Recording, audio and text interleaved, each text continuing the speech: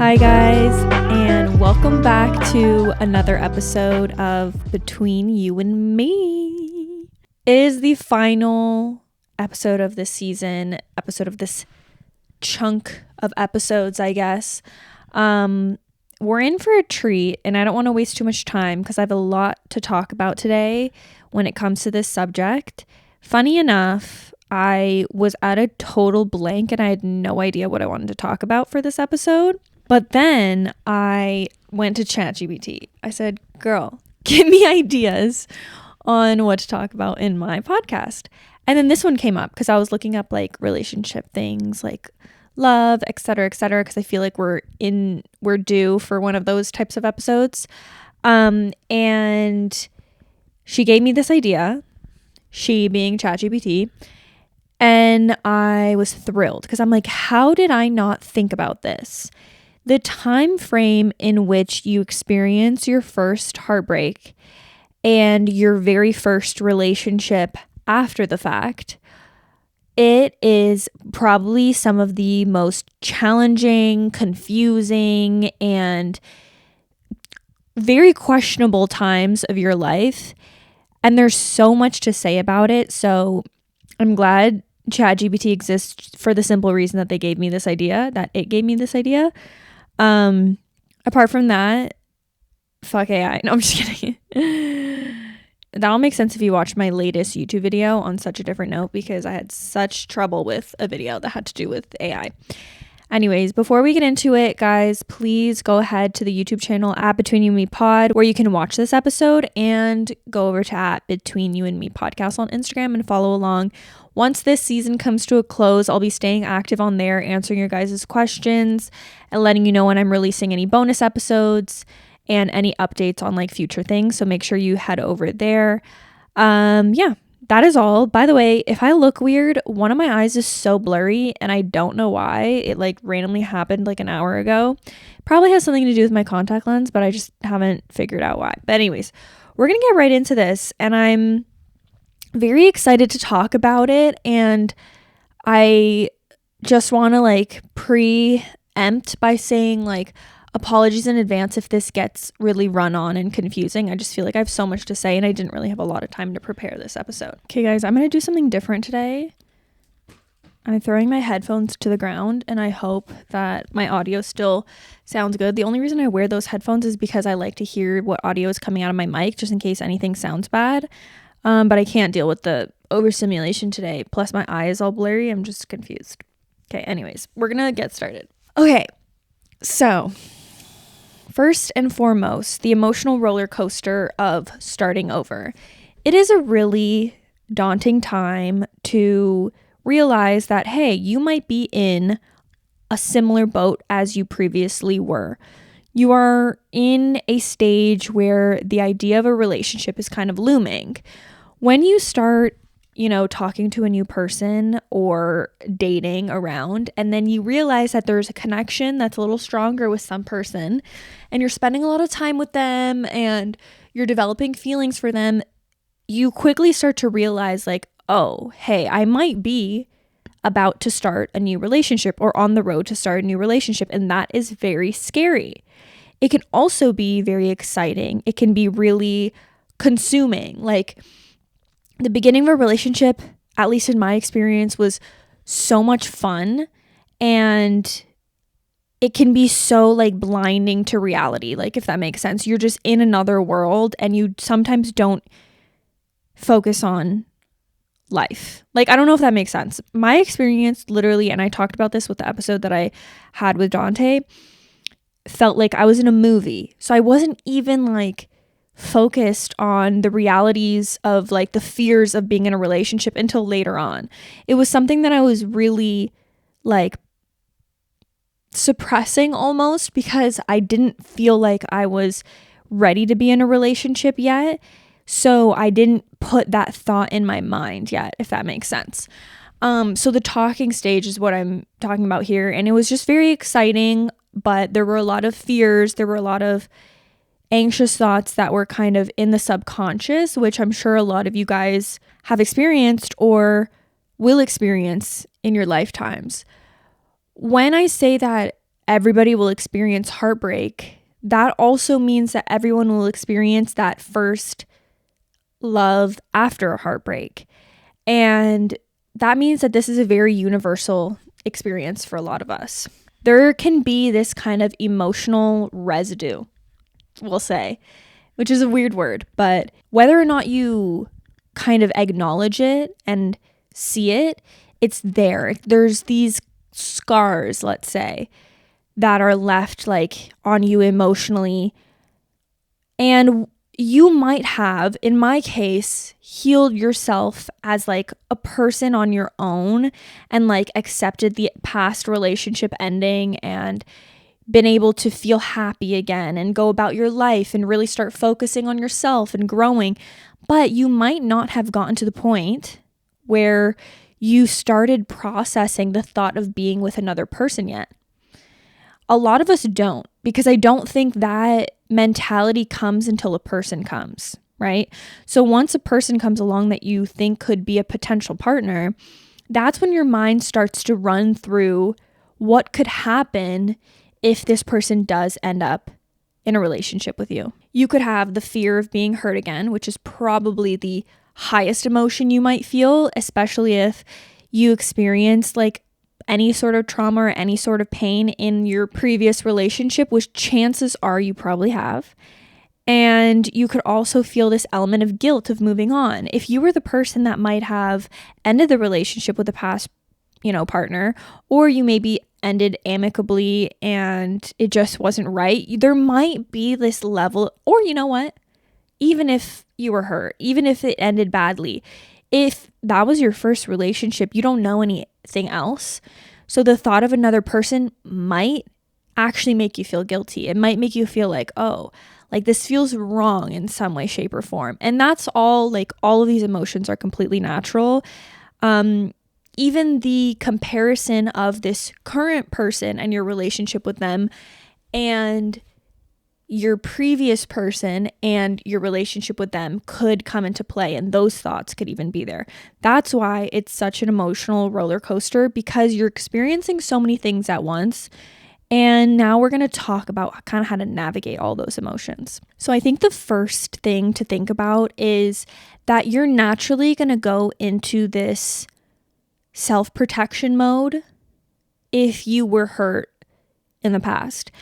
And I think that is a really common and or like natural response for people. And it definitely was for myself. What you have to be really careful about in this situation is how much you let and allow that like self-protection to control you. Now, it's good to be aware of this, because I think at the time that I was, which is now a long time ago, by the way, I'm speaking like 2-3 years after the fact that I've experienced all of this, just for reference of a timeline. But when I was in this situation, I think I was so unconscious to the level that I was trying to protect myself. Now, I wasn't unconscious to the fact that I was trying to protect myself at all, because I knew it. I was very, persistent, and even talked to my now boyfriend, but at the time told him, I'm not looking for a relationship. I'm not really in that mentality. I like spending time with you. Actually, I don't even think I said that.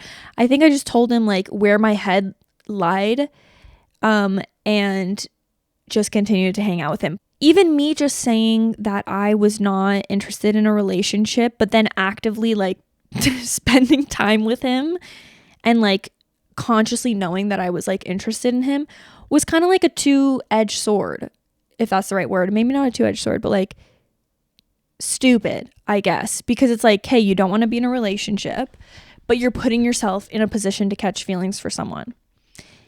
Me saying that was definitely a tactic of, let me protect myself. I don't want to be in a relationship with someone to be able to be hurt the way I have in the past. So when it comes to this vulnerability and then also this type of self-protection, you need to find that happy medium in between the two. It can be really, really challenging. So this is not to say that like you won't mess up and you won't like do something that might sabotage yourself because you're afraid of what could happen in the relationship. But it's also important to know that that's okay. Like, you might do these things, but continue to like be aware of the possibility of it, if that makes sense. Because I don't know, as I talk about it, like I was so unaware. Everything's clearer in hindsight, obviously. So me speaking on it now, it's hard to tell you like, oh, like watch out for this self-sabotage that you might have, or watch out for, going in too quickly, because you won't know until you're in that moment, until you're like maybe even past that moment and then reflecting on it. But to give you the best advice that I can, I'd say you need to find the happy balance, like I said, between pushing away a person and or pushing away a situation in order to protect yourself, and then rushing into something too quickly because you might be trying to fill some kind of void, some kind of gap, or replace the person that you used to have. Either of these situations will lead you to pain, because obviously you don't want to be searching for someone to fill a void and replace this like element of a person that you once had, because that's so unfair to not only yourself but the person that you're choosing to put in that position.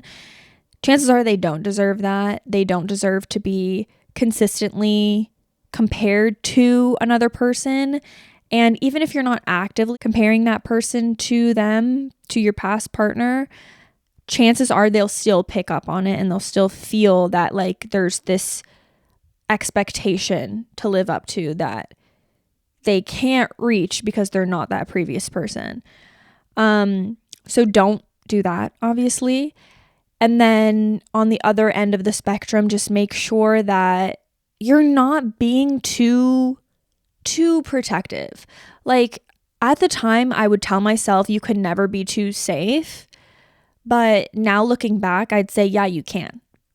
Because I think at that point in my life, starting dating, starting talking, I genuinely feel like I kept him at like an arm's length just in case anything bad were to happen. Because one of my biggest fears in starting that relationship was that he would treat me badly, or that he wouldn't be a good partner, or that he, would do something wrong. And I was too attached to him to break up with him. So with that being said, with that being my fear, me trying to protect myself from re-experiencing any type of pain along that like genre, I purposefully didn't allow myself to get too close to him, because in my mind, getting too close meant being attached, and being attached meant unhealthily attached, and that meant like having no self-esteem, having no standards, like allowing anything to happen and then staying with the person. And that was such a trigger point for me. So whenever I would get into little bickers or little arguments with him when we first started dating, I really felt like I would like disconnect mentally and be like, it's okay. If something bad happens, like I just won't be here anymore. Like I can leave at any point I want. Like it's fine. And that is such a scary mentality to have. And looking back at it, it's very sad, truly. Like it's very sad that I was in the position where I was like, I needed to prove to someone, I guess to myself, that I could leave whenever I wanted to. And that is such a mean thing, honestly, to do to another person, because it's like, well, he doesn't know this. He doesn't know like what would randomly just make me feel like, nope, not down anymore. Like that's too far. This is enough, don't get me wrong. There's nothing wrong with breaking up with a person when they don't treat you properly, but it's not healthy to just think that one random thing might happen and you're just going to up and leave, right? Like, I don't know. I've learned a lot, obviously, since then. And there's been a lot of growth and a lot of communication between me and my boyfriend, to the point where, like, that's not a thought in my mind anymore. Like, if anything, I believe that we can get through the most of it, truly. Now, looking back at it, I am not the type of person that's just going to up and leave. obviously these things change when you really start to trust a person and you really move through these insecurities and these problems. But when you first begin dating someone, you don't have that level yet naturally to divulge that much information to them and to be that vulnerable. It's also kind of confusing at times to be like, how much do I tell them about my past relationship? How much do I let them know? And another thing that I used to do was yap a little bit too much about that. And that also came out of fear, because at that time frame, I used to tell them every little thing that went wrong in my last relationship. I'd be like, oh yeah, like this happened and this happened and this happened, because I was so afraid of those things repeating themselves. So it was almost like I went out of my way to state every single boundary I could possibly have, every single thing I didn't like, just in like preparation, just like prep him and be like, okay, make sure you're not like that. When in reality, these things, you know, obviously if there's boundaries that are really important to you, like, hey, don't cheat on me, I'm not going to tolerate that, or I don't like being lied to, or blah, blah, blah. Like, if you even have to say those, say those. But if you say like, hey, like, you know, my past partner used to be really, really messy, like, please don't do that. And like, they've never shown you the attribute of them being messy. It's kind of just like, okay, like, why'd you tell me that? Not really necessary. You know what I mean? So I think what's important during this time frame is to set practical boundaries, not be overwhelming with the boundaries that you set. Don't go overboard with how much you speak about the past and the past person. Be very careful and maybe like intuitive of your own mindset when it comes to if you are moving too fast or if you have too much of a wall up. Try to find that happy balance in between. Also, make sure you're communicating some of the fears that you might have without overbearing this new person in your life with all of these fears and even little things that you don't want to happen, like I did. Okay, I talked a little bit about this, but one other thing that I think that is really important not to overindulge in is comparison. Comparison is the thief of joy. I say this so much in a different context, but in this context, similarly, it is the thief of joy as well, because when you're constantly thinking back to a previous person, how they made you feel, how you guys got together, what they were like, what they did, you can really wear yourself out. And if you are verbally communicating these things, or like I said before, holding your new partner to a certain expectation based on your previous partner, you're starting your relationship off on the wrong foot, I'd say. I think there's two sides when it comes to comparison, by the way. One of them is obviously comparing the good times, comparing the memories, comparing like the fun moments or the connection that you might have had, which is, by the way, unfair, because if you were with your previous person for like 2 years and now you're just starting to date a new person, you're going to be like, okay, obviously the connection might not be the same yet. You might not have gotten to that level of closeness with this new person yet. So that comparison shouldn't mean anything, you know? You shouldn't compare like the level of the spark that you have, because it's not an even playing field yet. Also, don't wait for when you're 2 years in and then start to compare it. I'm just saying, like, it's just useless, basically. At the other end of the comparison stick, I guess, there's also the negative comparisons of thinking like, okay, what negative attributes do they both share? And is this a red flag, basically? I think this is a really common thing that people do. I think I probably did it at some point or another. And I've heard my friends do stuff like this before, where they would see a similar attribute that could be completely unrelated to what broke you guys up or what was your like least favorite thing about that person. But for an example, let's say your past partner cheated on you and they were always late. Okay, like these two characteristics and two things that have happened basically don't really have a lot of relevancy, right? Like being late all the time and then cheating. I mean, you could make something up in your head that they have some sort of connection, which is probably what happens in the grand scheme of this like thought process. But now you're noticing this new partner is always late. Like they're never on time to anything. And you start categorizing that behavior as a red flag because now you're thinking, oh, they're going to end up like your previous partner, and you're comparing the two. This might be a stretch for some people, but it's the way that my mind worked for a moment there. And I know some of my friends as well. We can't think like this, first of all. Second of all, how many people in the world do you think have the same characteristic of being late? Probably a lot. Does that mean all of them are cheaters? Does that mean all of them are going to end up in terrible relationships? Does that mean all of them are going to disappoint you? No, it doesn't. Okay? It does not. We have to see these people for who they are and not who we're starting to make them out to be. We can't take these random, like, far off ideas and start to turn these things into red flags, because what your mind is actually doing here is it's trying to prevent you from experiencing the same pain, and it's kind of creating stories, you know, like this equals this, therefore red flag. And that's just not the way life works. If it were that simple, we wouldn't waste any time dating the people that, you know, had a bad characteristic or had something that annoyed you in their personality. So try to avoid any of those negative thinking patterns, this being one of them, but I'm sure there's many more. Stay away from comparison, whether it's good or bad, because it will truly get you nowhere. And also, if this comparison is somehow getting back to your partner and it's not just your own mental comparison, that can be such a sad place to put a new person in your life. You need to think about this new person as exactly that.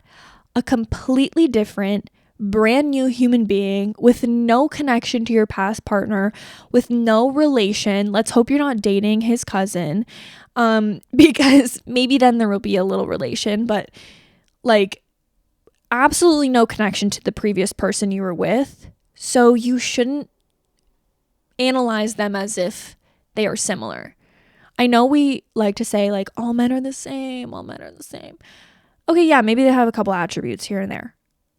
But there's so much complexity in human beings. Like, I doubt you will ever find two men who are exactly the same. Truly. Now, warning, that's not to say that this new person is going to be the best man you've ever dated in your life, but it does mean that he's a different dude. So yeah, make sure you're, you know, living in the moment when it comes to this person, not reflecting on the past and comparing to the past. Don't let these past fears cloud your current judgment and your current situation. Okay, so I feel like I touched on this quite a bit in like small areas of this so far, but a big thing is kind of quieting that uncertain voice in your mind and the voice that keeps saying, what if? Now, if you're an anxious person like me, this voice is probably very, very loud. If you're like that personality type that's super go with the flow, then you've probably learned how to quiet that voice. Lucky you. I think a huge fear that people experience, probably the most universal fear after a heartbreak, is, can you guess? Experiencing another heartbreak. Yeah. I mean, I'll put my hand up and say the first heartbreak, my only one, but the first one is probably one of the most painful experiences you'll have when it comes to love and relationships. I only say this because it is the only thing you knew about love. It's the only concept you've ever had when it comes to it. So when it ends, it feels like such a slap in the face because you're like, okay, wait, I thought this was it. Like, I thought that there wasn't any more to it. Surprise. Not true. But that thought process, especially I feel like a lot of people experience heartbreak when they're a little bit younger. So there's a kind of like a lack of experience that comes with it. So that first heartbreak, that first like really huge disappointment and like grieving experience that you might have, it comes as a shock. And I think it will be, hopefully I don't have to experience anymore, but I think it will be the most painful when it comes to love and relationships, like I said. So if that's not a little bit of a calming, essence over this situation, then I don't know what else to say. No, I'm just kidding. Then, I just hope it is, because you've probably learned through this heartbreak that you might have experienced recently that you're able to survive it and you can actually get to the other end of it. If now you're here thinking about and or starting a new relationship with someone, then you've been through the thick of it. You've gotten yourself through and out the other end, and that should give you like a little bit of a sense of relief for any potential future heartbreak or pain when it comes to going through a breakup. Because I think after a really bad heartbreak, a lot of people just fear the word breakup because they know what that comes with and like the feelings that are included there. So when there's a really big fear surrounding that, there's a lot of what ifs. You can be really hesitant to, like I said before, put 2 feet into the relationship and you're kind of one in, one out and not really committing yourself, which is unfair.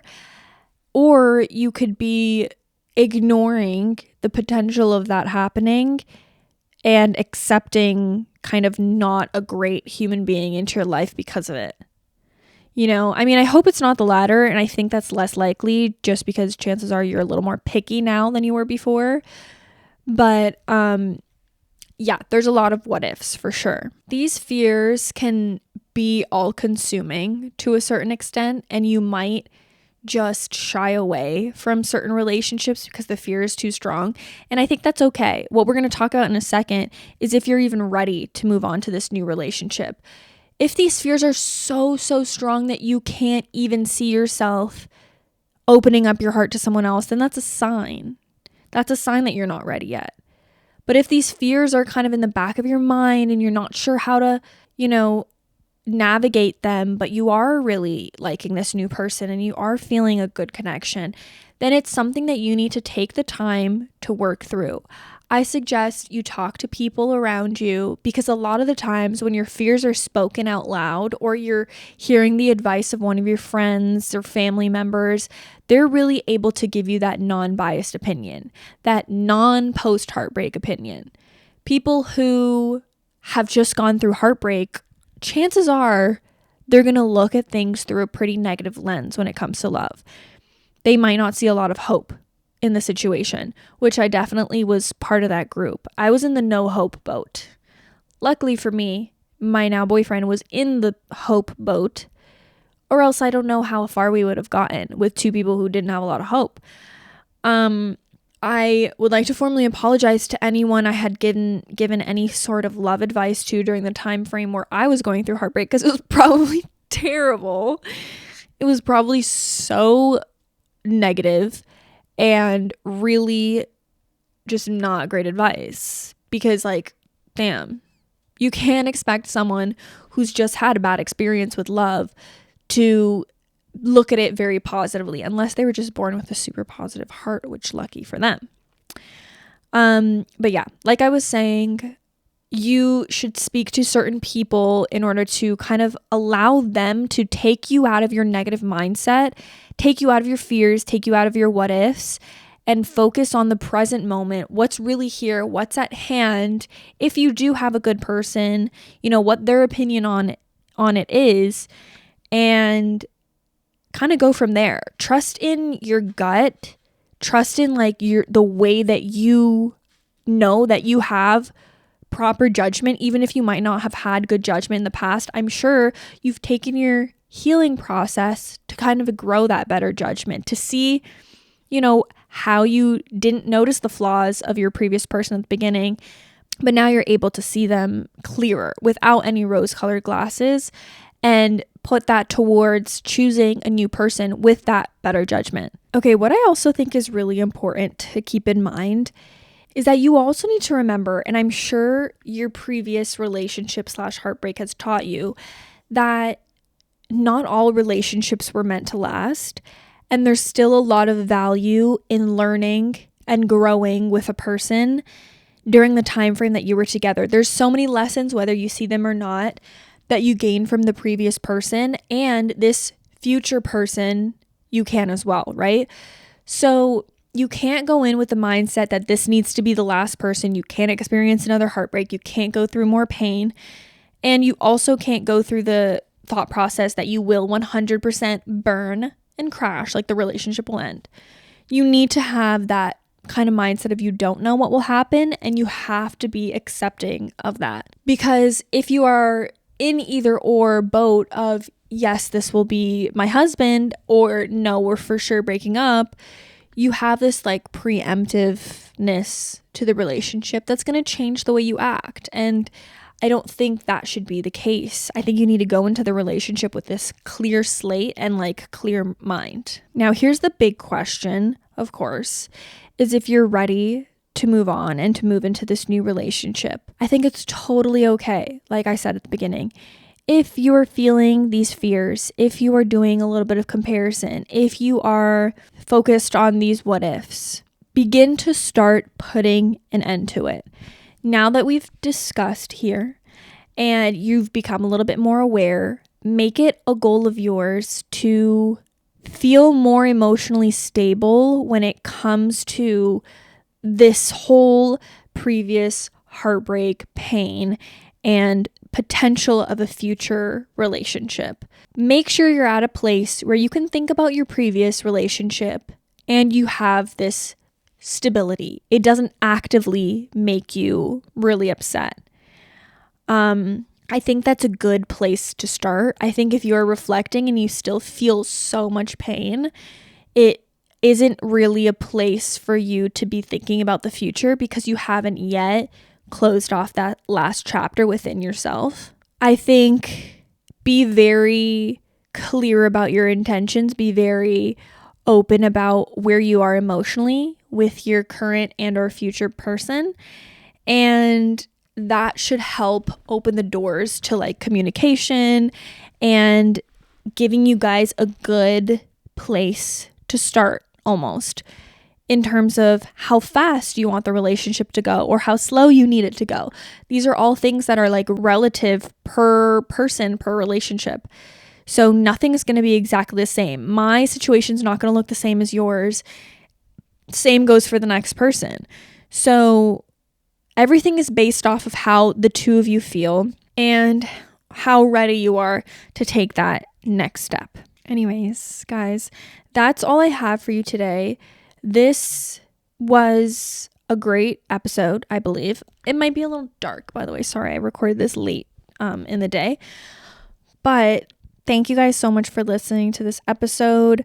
If you are worried about your future relationships and starting to date people, I really wish you the best of luck. I wish you a lot of hope in your heart because there is a lot of hope. If you need a good example, look at me. Hey y'all. I was so utterly terrified to meet another person and to date them. And you know, God, can you imagine the first person I decide to talk to after that? I date? Are you kidding? Guess it was written in the stars, truly, because I didn't choose that. I didn't choose, I was forced into it. No, I'm just kidding. So yeah, anyways, I'm very happy. I'm glad to be here. Everything happens for a reason. All the heartbreak, all the bullshit, all the sadness. I wish you guys the best of luck, truly. If you were in this boat right now, I wish you the best of luck. You are going to be okay. The worries, the fears, whatever happens to you, whether it turns out good, it turns out bad, you find someone the next year, the year after that, it doesn't matter, truly. Because what you have, and hopefully what you'll be able to have for the remainder of the time, no matter what relationship you have, is the relationship with yourself. And that's what truly matters, because that's the thing that really gives any future relationship structure, is how much you love and respect yourself. Okay, guys, I love you so much. I do. And I can't wait to talk to you guys in a few more weeks and or a month, couple months. We'll see.